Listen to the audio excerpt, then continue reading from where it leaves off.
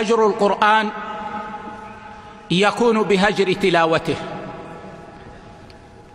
وكم من شخص اليوم يحمل شهادة الدكتوراه، يقرأ كثيرا من الكتب، بل يقرأ كتبا بلغات متعددة، لا يكاد يقرأ القرآن، لا يكاد يقرأ القرآن.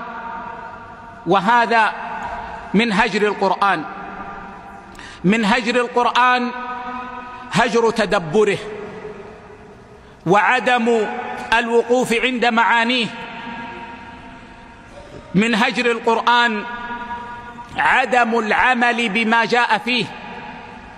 ولذا جاء عن بعض السلف أنه قال: رب قارئ للقرآن والقرآن يلعنه.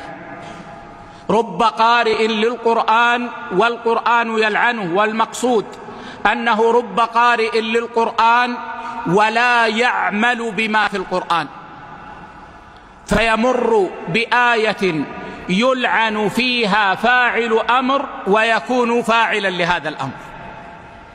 فهذا من هجر القرآن أن لا يعمل الإنسان بما فيه.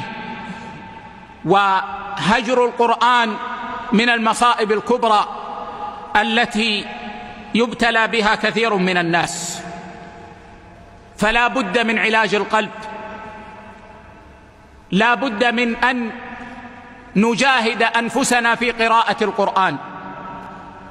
ولذلك يا إخوة كان السلف يجعلون لهم وردا من القرآن.